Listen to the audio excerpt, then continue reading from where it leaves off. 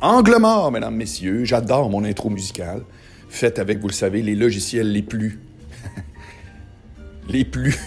à jour. Qu'est-ce qu'on se marre? Je me suis levé tôt ce matin pour vous autres. D'ordinaire, je me lève tôt aussi, mais je me suis levé quand même à 6h30 parce que je m'en vais à Québec tantôt. Je prends le train à 9h. Les trains, maintenant, avec quelques règlements, ça a de l'air, les autobus sont pas repartis. Les trains avec... ouais, je vais baisser ça un peu.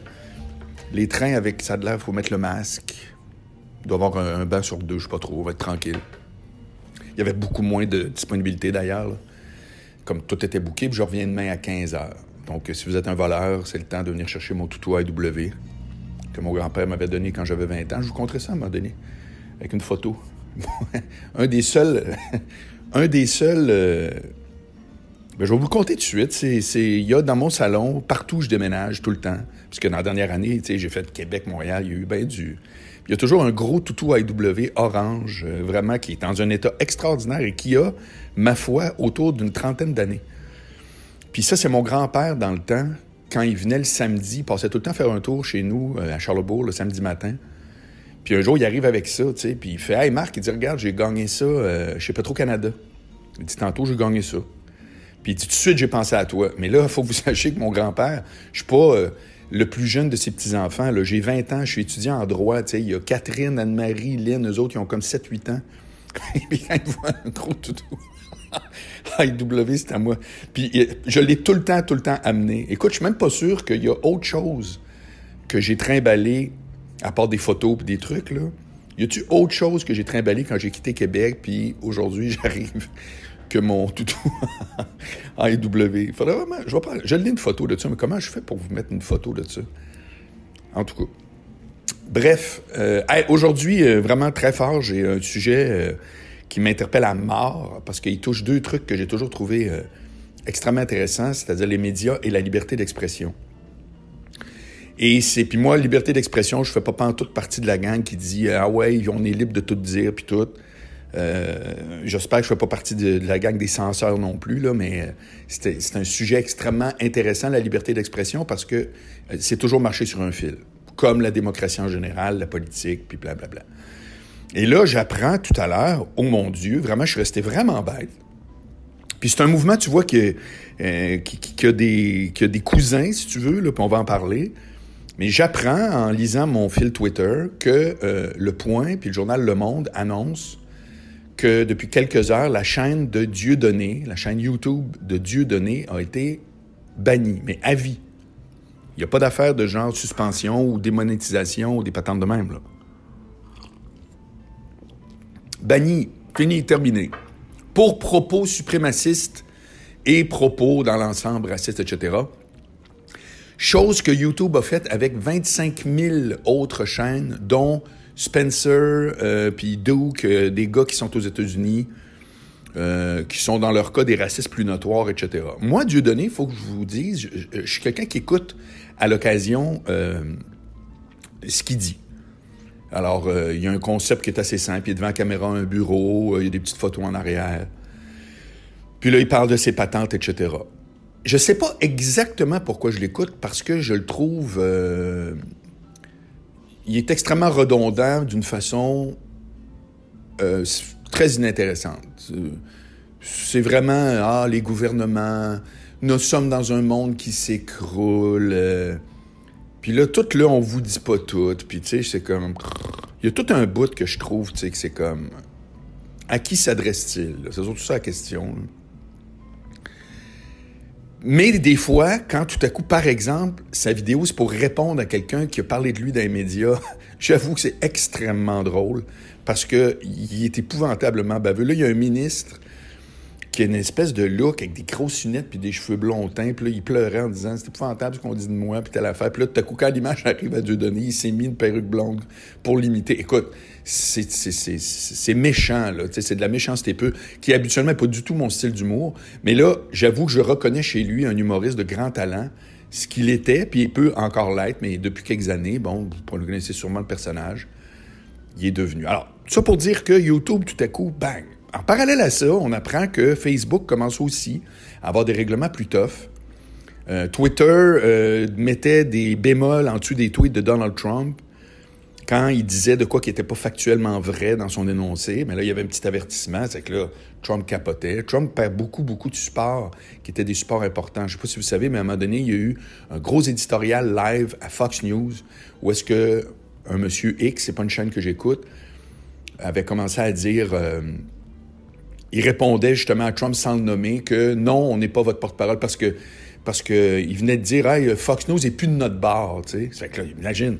Oui, Fox News était du bord à Trump, mais ça reste des journalistes, là.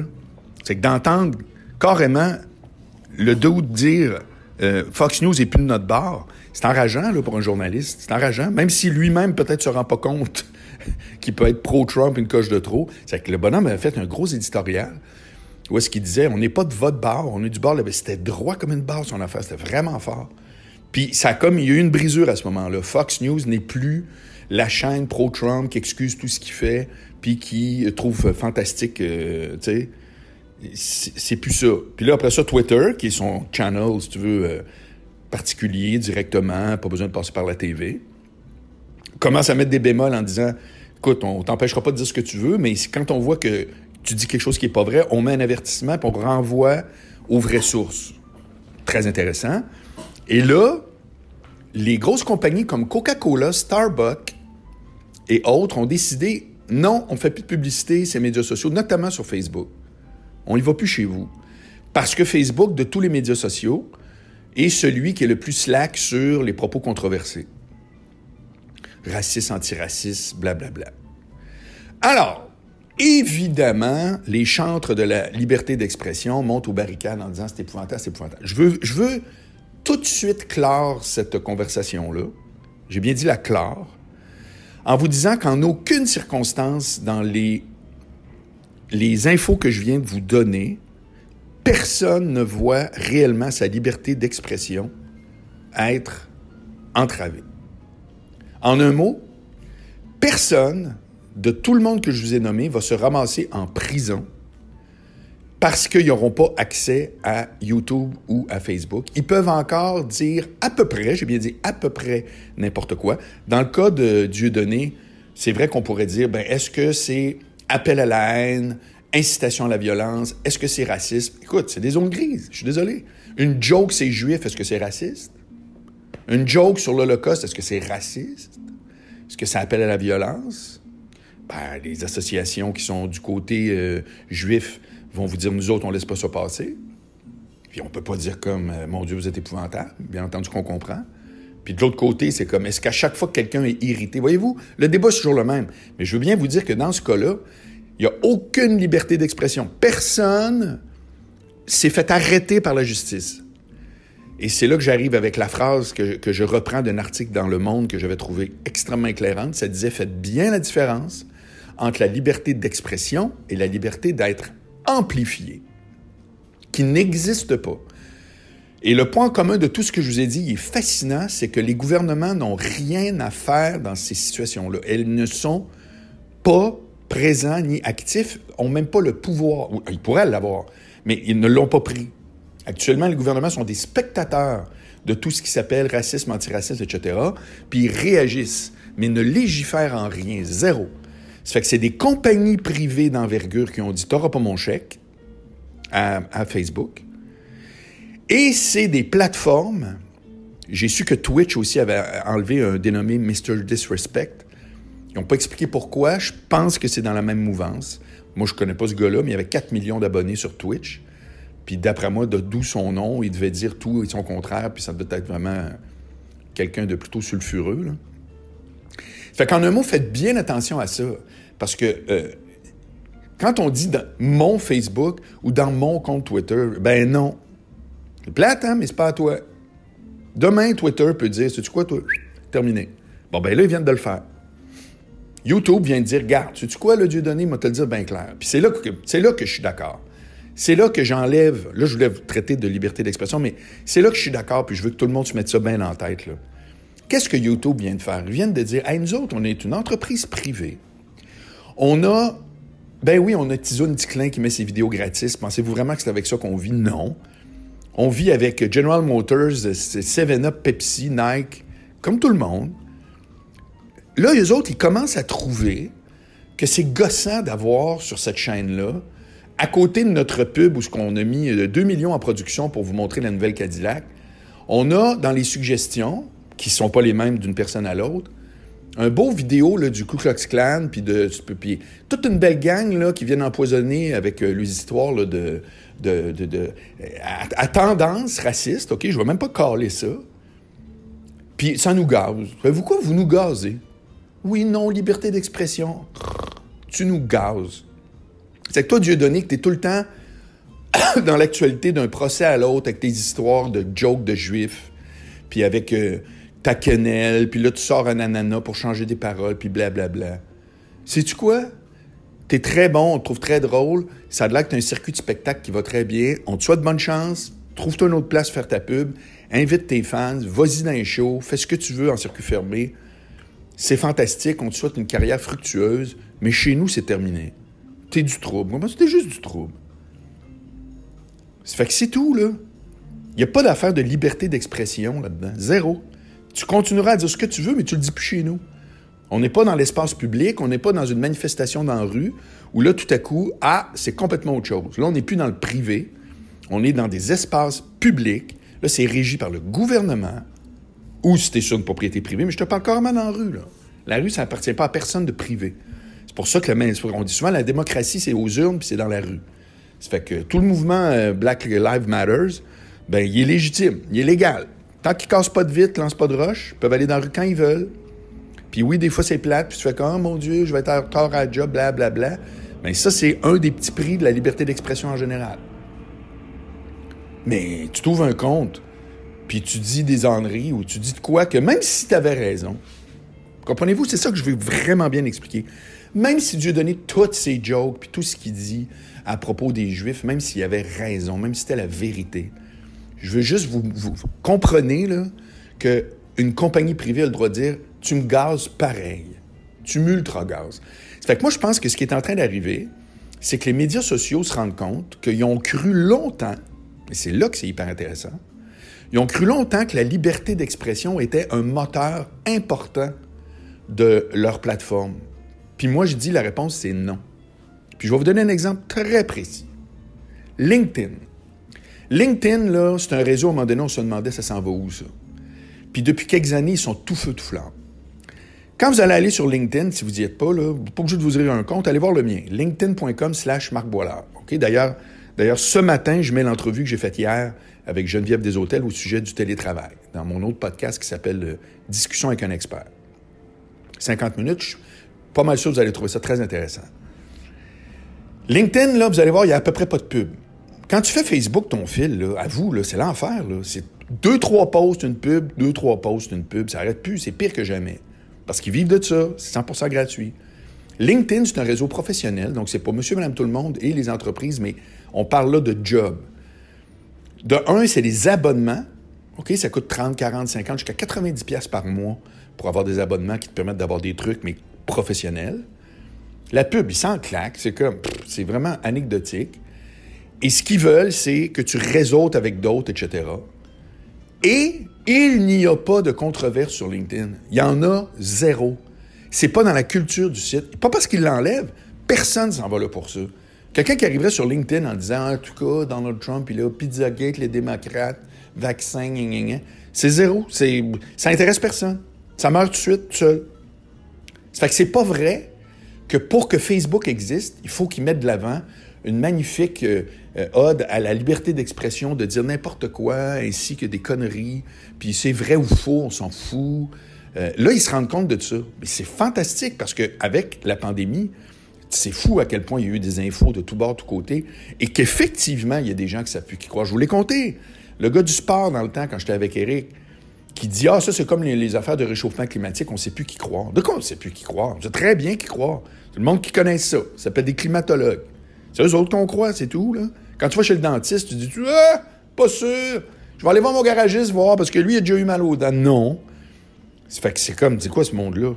Ça fait que je trouve ça extrêmement intéressant que tout à coup, de un, la liberté d'expression et celle d'être amplifiée, c'est deux affaires, là, tout le monde l'a d'en face. Puis de deux, il y a comme un clean-up qui se fait. Ce clean-up-là n'est pas gouvernemental. Pas parce que j'ai de quoi contre ça, là. C'est zéro. Mais c'est juste une observation que ça fait longtemps que moi je prétends que c'est pas toujours les gouvernements qui décident des grandes tendances. Je donnais l'exemple de la mondialisation. C'est, semble-t-il, parti dans les années 50 avec l'invention du container. Il n'y a pas un gouvernement qui est intervenu là-dedans. Zéro. C'est l'économie, c'est du monde qui se sont dit « on fait-tu de la business ensemble? Moi, je suis au Zimbabwe, je peux remplir mon troc avec une plante ou des épices X. Ça a de l'air que ça va partir en troc, ça va arriver en bateau, on va traverser la Méditerranée, on va aller à Londres en train, puis après ça en bateau, puis ça arrive à New York. Le même container. Coucou, voici la mondialisation en mouvement. Et c'est où, là? Où c'est que le gouvernement français a? Zéro. À part mettre des douanes, mais qui existaient déjà. Internet, la même affaire. C'est toujours les deux exemples que je donne. Internet, ça a changé le monde. Quel gouvernement est en l'air de ça? Personne.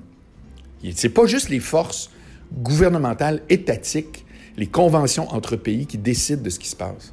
Il y a toutes sortes d'autres affaires. Bon, bien là, vous avez une belle occasion de voir que les GAFA, okay, Google, Amazon, Facebook et... J'oublie le quatrième, là, en tout cas, vous voyez ce que je veux dire, là, c'est Apple, voilà, ce qu'on appelle les GAFA, qui valent, c'est rendu fou furieux, plus que l'industrie automobile, plus que tout. Bien là, ils décident que là, c'est quoi vos histoires là, de vous avez le droit, oui, haha, liberté d'expression, raciste, blable. Là, regarde, vous nous gazez. Ça fait que vous allez vous partir vos affaires, tu pars-toi un blog, ouvre-toi un WordPress, c'est gratuit, puis chiale. Puis là, tu vas te rendre compte que, gagnons ça, toi.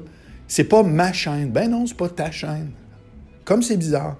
Quand tu es sur un média traditionnel, quand tu fais à la trappe Cogeco, Rouge FM, Radio Cannes, là, c'est plus du tout la même chose. Là, à ce moment-là, tu es un employé, etc. Tu n'es pas libre de ton propos en partant. Mais tu es encore sous l'égide de quelqu'un qui t'amplifie. Mais tout le monde a encore la liberté de dire à peu près ce qu'ils veulent. À peu près ce qu'ils veulent. Si ça ne contrevient pas au Canada à racisme, incitation à la violence et à la haine et à la violence. Voilà. Mais qui c'est encore débattable, rendu là. On prend l'exemple des jokes, etc. C'est que moi, ce matin, je suis réjoui de ça. Je vous le dis honnêtement, là, je trouve que ça assainit un monde dans lequel il y a vraiment beaucoup trop de n'importe quoi qui se dit.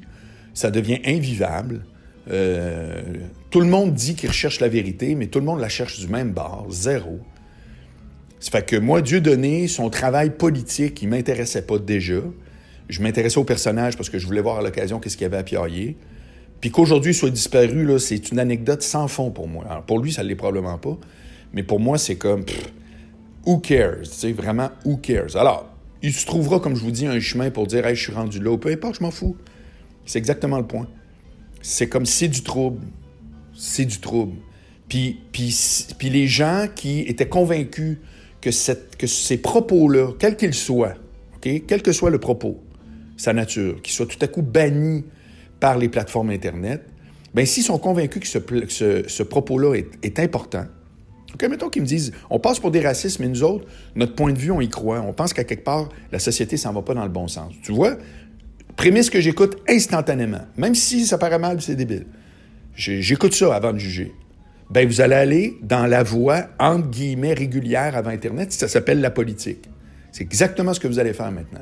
Si vous ne pouvez plus rejoindre des centaines de milliers de personnes par YouTube, parce que YouTube dit « Tu nous gazes, t'es du trouble, on considère ce que tu dis, c'est de la merde, gars, continue de le dire, mais pas chez nous. » Puis que vous êtes coincé, vous n'êtes plus amplifié, bien, vous allez aller où on allait avant Internet, c'est-à-dire vous allez écrire une page au lecteur, vous allez essayer de vous présenter, vous allez former un parti politique, vous allez avoir de l'influence auprès d'un parti, puis on va voir si monsieur, madame, tout le monde, quand vient le temps d'aller voter, va avoir le même comportement que quand c'est le temps de juste cliquer.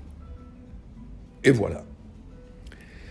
Ça fait que je vous souhaite une bonne journée. Demain, étant à Québec, vous me connaissez, hein, quand je suis à l'extérieur, tabarouette, je trouve ça tough de vous faire, tu sais, de prendre le temps de lire le matin puis de vous jaser comme du monde.